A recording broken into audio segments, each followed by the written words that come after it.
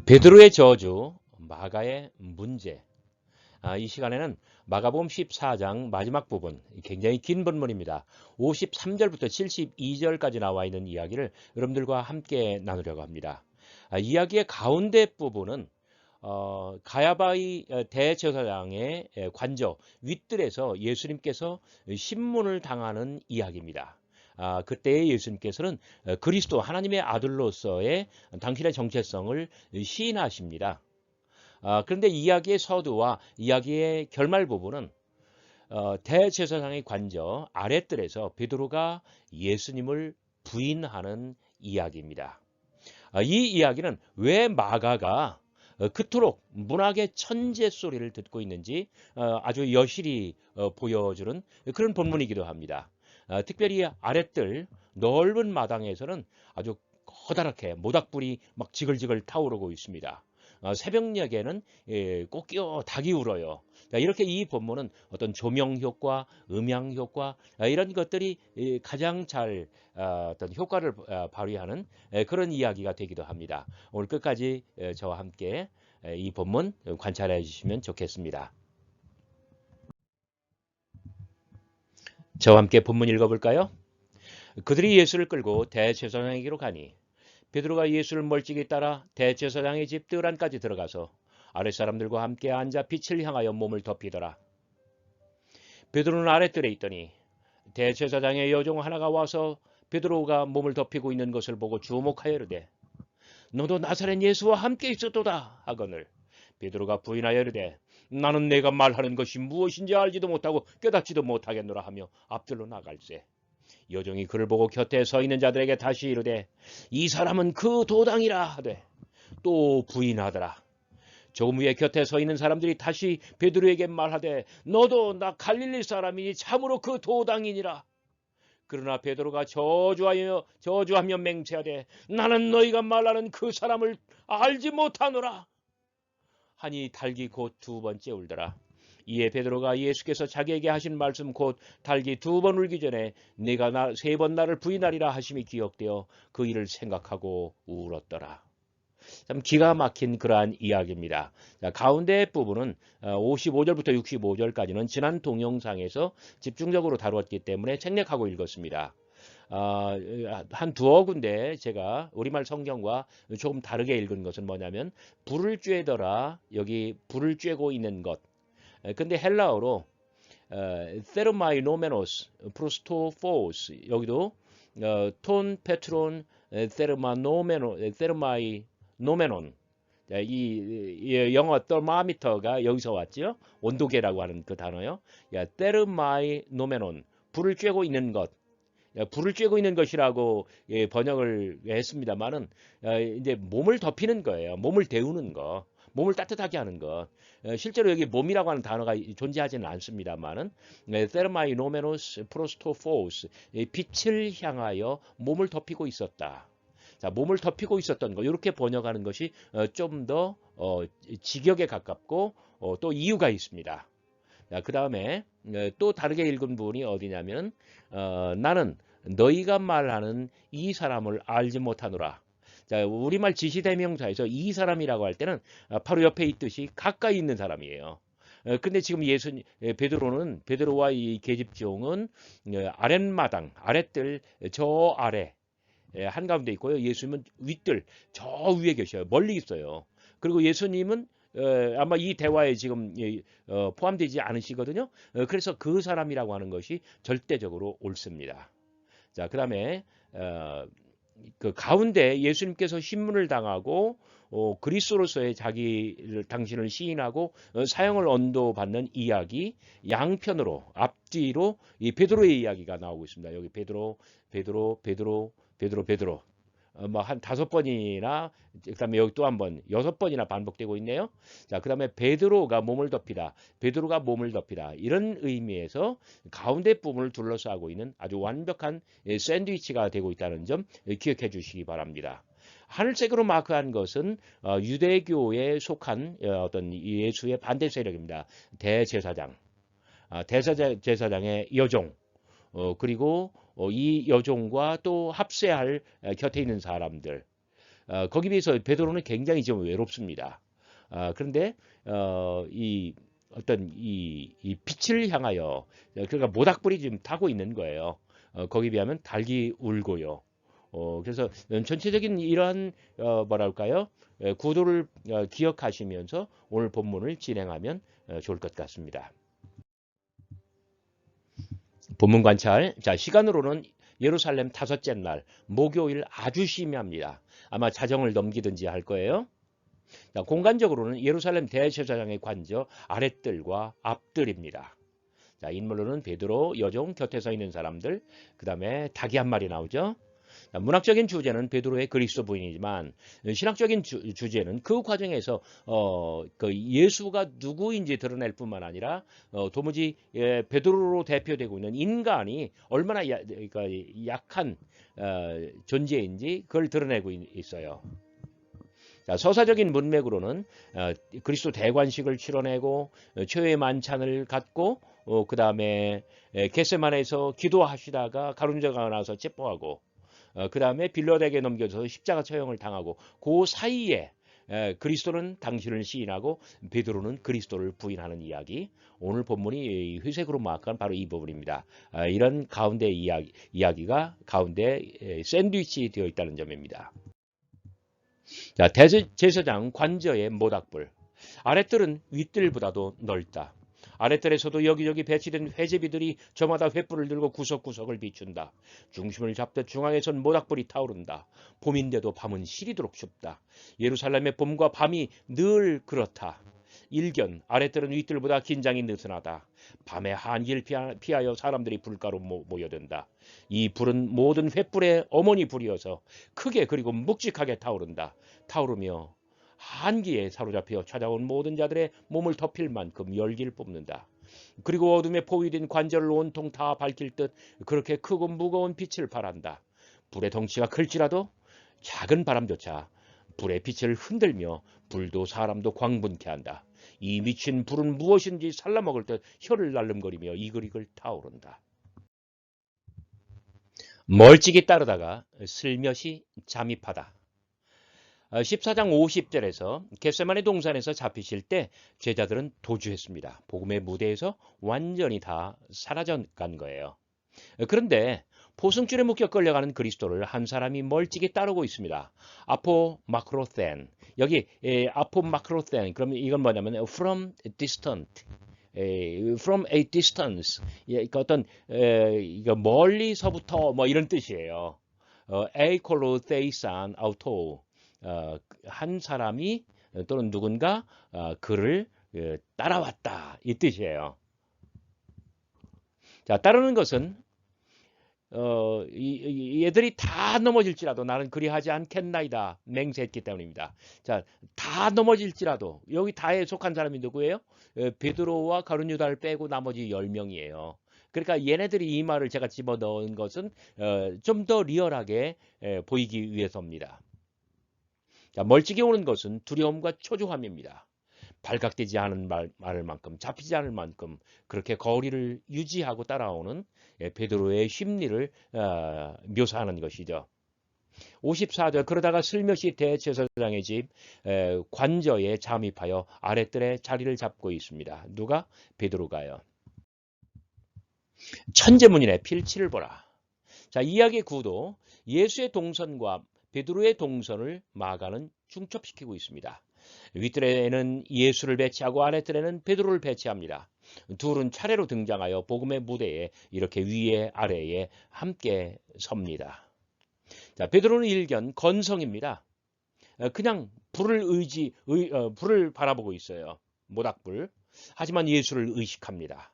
온통 윗뜰에 예수에게 촉각을 곤두세웁니다. 이글 타오르는 사나운 불처럼 불안한 베드로의 눈빛이 사납게 흔들립니다. 이거 막 굉장히 아주 중요한 포인트입니다. 이거. 자, 구도는 확연합니다. 관저 윗뜰에서는 예수께서 신문을 당할 것입니다.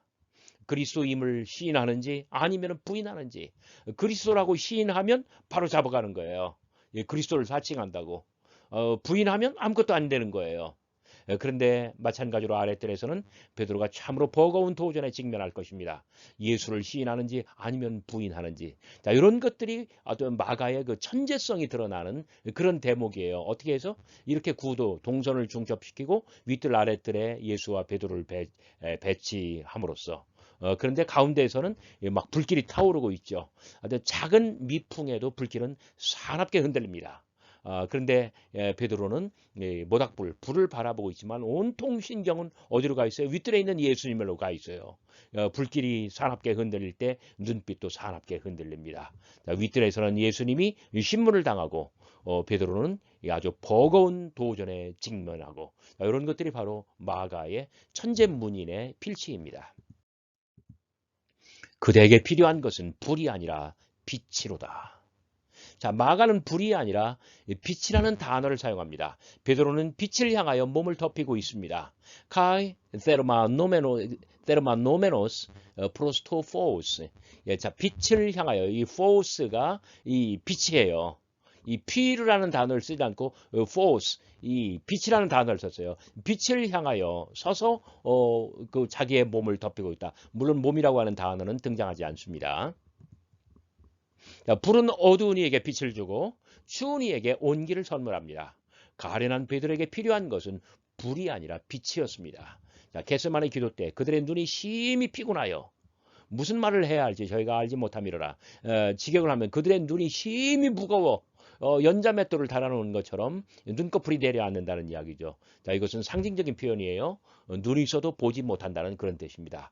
베드로에게 필요한 것은 불이 아니라 빛이었던 것입니다. 베드로는 여러 하인들 및 여종들과 함께 빛을 향하여 불을 둘러서 있습니다. 그렇게 서서 몸을 덮이고 있습니다.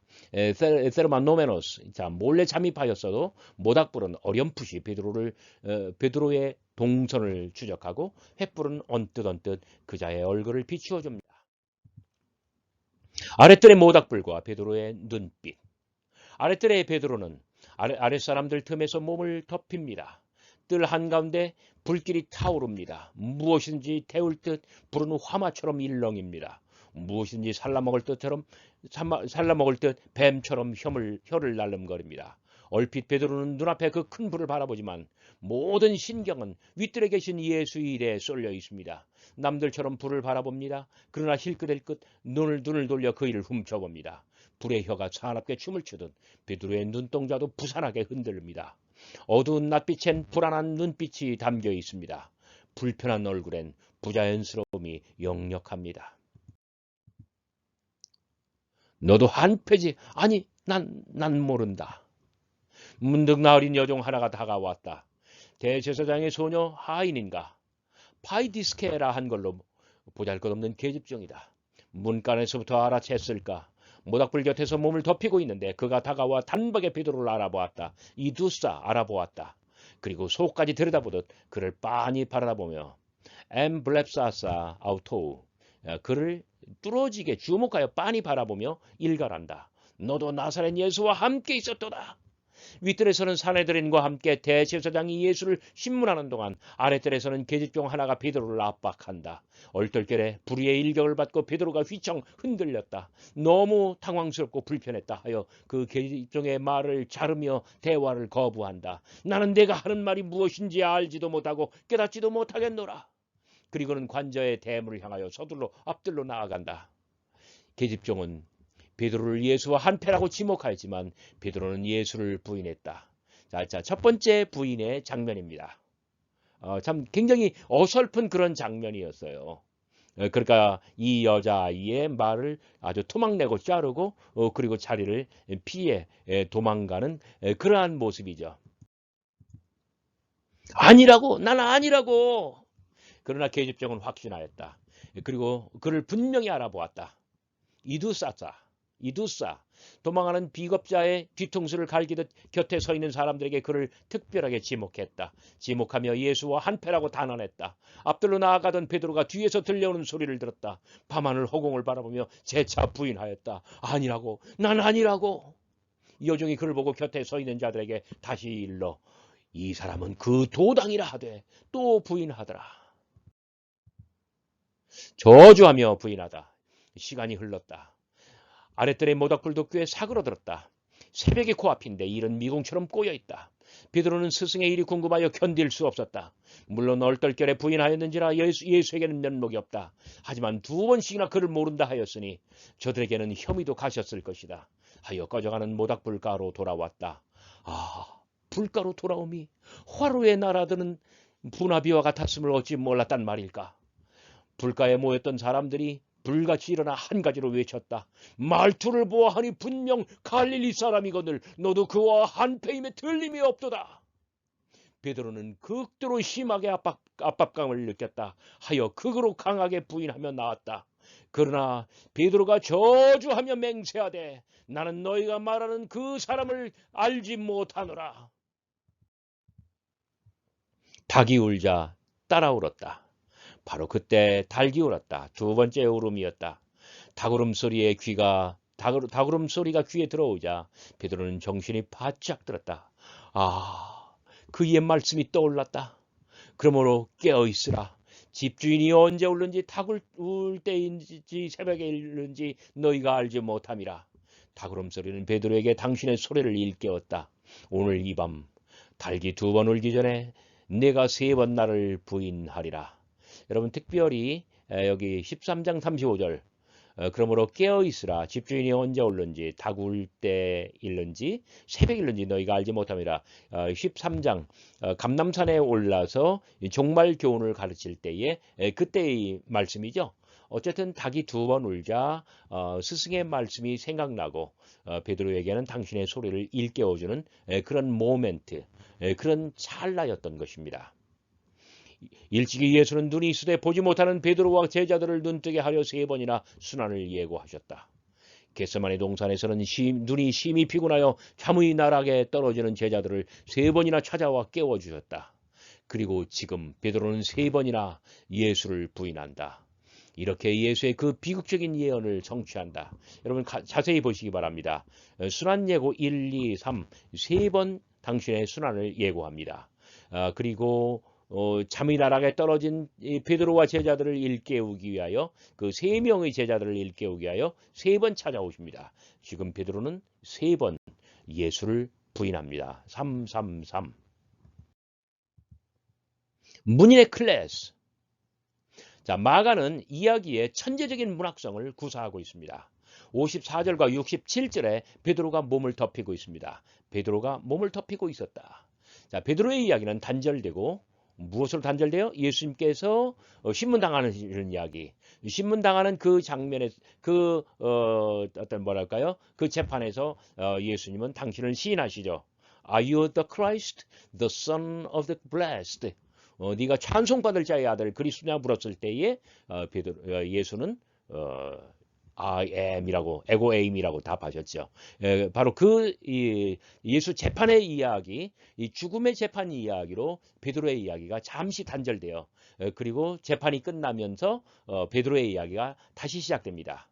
자, 그래서 54절 이전과 67절 66절 이하 그 사이에 예수의 신문 이야기가 삽입되어 있다는 점입니다. 그래요. 55절부터 65절까지가 예수님의 신문의 이야기고 그 앞뒤로 베드로의 이야기가 아랫뜰에서 펼쳐져요. 자, 2번째로는 샌드위치 구성입니다. 관저 윗뜰에서는 예수님을 신문합니다. 내가 찬송받을 자의 아들 그리스도냐?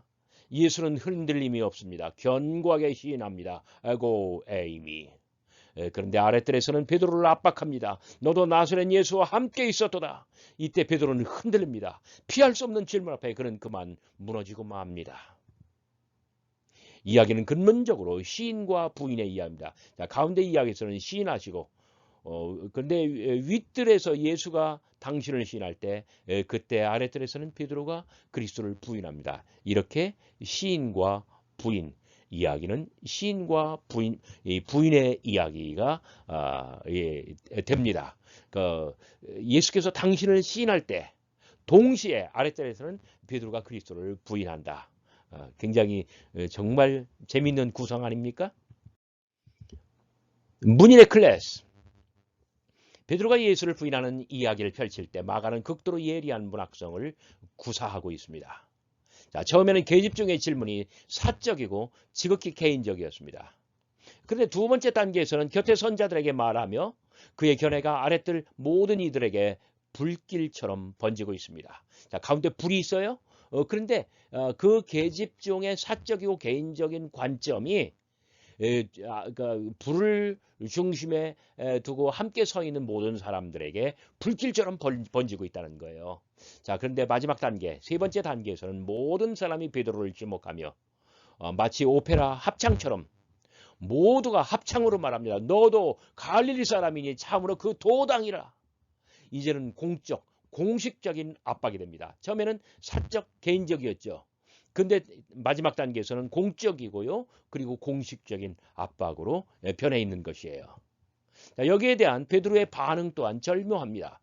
처음에는 이 사적, 개인적인 질문에 베드로는 긍정도 부정도 하지 못합니다. 그냥 모른다며 내빼는 거예요. 자, 회피하는, 도주하는 그런 그런 모양을 보이고 있습니다. 근데 다음에는 아니라고 난 아니라고 도망가면서 뒤에 있는 사람들한테 허공을 향하여 그렇게 말하고 있잖아요. 자, 처음에는 모른다. 두 번째는 아니다. 근데 마지막에는 오버하고 맙니다. 저주하며 부인합니다. 어떻게 해요? 자, 애초에 계집종은 분명 나사렛 예수와의 연분을 물었습니다. 너도 저자와 함께 있었지? 그러나 베드로는 입에 예수의 이름을 담지 못했습니다. 그래서 너희가 말하는 이 사람, 뭐 정확하게 표현하면 너희가 말하는 그 사람일 뿐입니다. 그러나 마지막 단계에서 발언의 강도는 저주며 맹세로 강화됩니다. 저주하며 맹서여 가로되 나는 그를 도무지 알지 못하노라. 이 1단계, 2단계, 3단계로 갈 때 어떻게 에스컬레이트 되는지 아마 여러분들은 보고 계십니다. 고백했던 일을 부인하고 부인했던 걸 시인하다. 자, 이 한마디로 베드로는 자신의 그리스도 고백을 완전히 뒤엎어버립니다. 9장 29절에서 뭐라고 말했어요? Zoeho Christos, you are the Christ. 당신은 그리스도이십니다. 이렇게 고백을 했었어요. 그날 예수는 당신을 부인하지 않았습니까? I am not the Christ. 그렇게 말하지 말라. 나는 그리스도가 아니다. 그러나 지금 그리스도께서 당신을 시인하십니다. 그러는 당신을 베드로는 부인하고 있습니다. 아주 완벽하게 교차되고 있어요. 자, 시인하던 베드로가 부인합니다. 그 부인하던 그리스도께서 지금 시인하십니다. 이 한마디로서 그는 갈릴리 바닷가에서 시작한 그 모든 연분을 자기의 온몸에서 탈탈탈탈 다 털어버렸고 하나도 남김없이 모두 그 불에 태워버렸습니다. 꿈도 사랑도 추억도 우정도 희망도 열정도 모든 것은 타오르는 불 속에 재로 남았습니다. 윗뜰에서의 신문이 예수 편에서 에고에임이 자기 계시의 결정이었다고 한다면 아랫뜰의 이야기는 베드로와 제자들 편에서 실패와 실족의 최고조라고 말할 수 있습니다. 누구든지 이 음란하고 죄 많은 세대에서 나와 내 말을 부끄러워하면 사람의 아들도 아버지의 영광으로 거룩한 천사들과 함께 올 때에 그 사람을 부끄러워하리라. 자, 지금 베드로가 예수님과 예수님의 말씀을 부끄러워하고 부인하잖아요. 그러면 사람의 아들도 나중에 부인하게 될 거라 이거예요. 지금 베드로가 이런 치명적인 실수를 범하고 있다는 점입니다. 생사의 갈림길, 명예와 수치의 갈림길. 예수는 당신을 시인하여 사형을 구형받았습니다. 그러나 베드로는 당신을 부인한 대가로, 그리스도를 부인한 대가로 목숨만은 건졌습니다.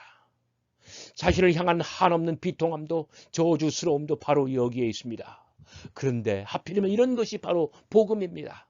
한 사람이 죽어 모든 사람을 살리는 것, 그리스도께서 죽음을 택하여 나와 인류가 생명을 보장받는 것, 처참하게 무너지는 베드로를 살리기 위해 지금 그리스도께서 죽음의 길을 택하시는 것. 어때요? 생사가 갈렸잖아요. 명예와 수치도 갈렸잖아요. 그 모든 것은 무엇입니까? 베드로를 살리기 위함입니다. 불 꺼진 관저의 윗뜰에서 그이가 나를 굽어보시다. 주와 함께 죽을지언정 주를 부인하지 않겠노라. 그리 다짐하였건만 목숨까지 건 맹세는 천하의 허언이 되고 말았습니다. 불 꺼진 관저의 윗뜰에서 그분은 이리도 비참한 나를 굽어보십니다. 심장이 터질 것만 같습니다. 너무나도 한스럽고 저주스러워 숨을 죽인 채 그만 울음을 터뜨리고 말았습니다. 넋을 잃고 망연자실한 자의 볼을 타고 뜨거운 눈물이 흘러내립니다. 달기 곧 두 번째 울더라. 이에 베드로가 그 일을 생각하고 울었더라. 주체할 줄 모르고 흐르는 이 눈물로 씻을 수 있을까? 긴 세월 보지 못하고 듣지 못한 나의 불민과 마비 다 씻을 수 있을까? 눈물밖에 또 무엇이 있을까? 늘 울어도 눈물로써 못 갚을 줄 알아. 그저 서럽게 울기만 합니다. 살아온 모든 날들의 경험과 성취를 담은 부끄러운 고백입니다. 그 고백과 부끄러움 다 눈물 속에 있습니다. 아무리 실수했고 아무리 실족했어도 그 밤에 다 넘어졌어도 이 눈물은 베드로의 진정성입니다. 예루살렘의 모든 닭들, 밤이 깊으면 아침이 가까운가? 관절을 밝히던 그 밝은 횃불도 죽고 작은 바람에도 사납게 흔들리던 모닥불은 자취가 없다. 만시의 새벽, 관저의 모든 닭들이 경쟁하듯 저마다 울어댄다. 아니 예루살렘의 모든 닭들이 피를 토하듯 서럽게 울며 아침을 부른다. 피를 토하면서 성금요일 그 죽음의 아침을 부른다. 요란한 닭울음 소리가 베다니에도 들리는가? 감람산 너머 희미하게 동이 튼다. 골고다 그 해골의 골짜기엔 이제 십자가가 설 것이다. 그리고 인류 최대의 재앙과 희망의 드라마가 거기 펼칠 것이다. 마지막 만찬 후 길었던 밤은 이렇게 끝이 났다. 여러분 끝까지 저의 부족한 강의를 잘 들어주셔서 대단히 감사합니다.